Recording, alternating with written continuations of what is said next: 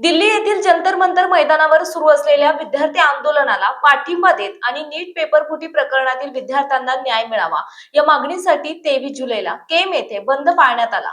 बहुजन वंचित आघाडी, व्यापारी वर्ग आणि ग्रामस्थांच्या वतीने पुकारण्यात आलेल्या या बंदला नागरिकांनी प्रतिसाद दिलाय।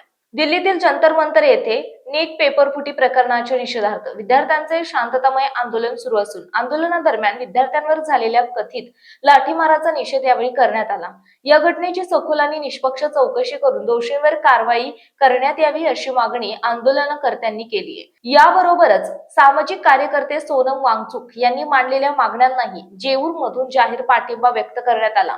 लोकशाही मार्गाने सुरू असलेल्या आंदोलनाचा सन्मान राखला जावा आणि विद्यार्थ्यांच्या प्रश्नांवर संवेदनशीलतेने निर्णय घ्यावा अशी भावना उपस्थितांनी व्यक्त केली।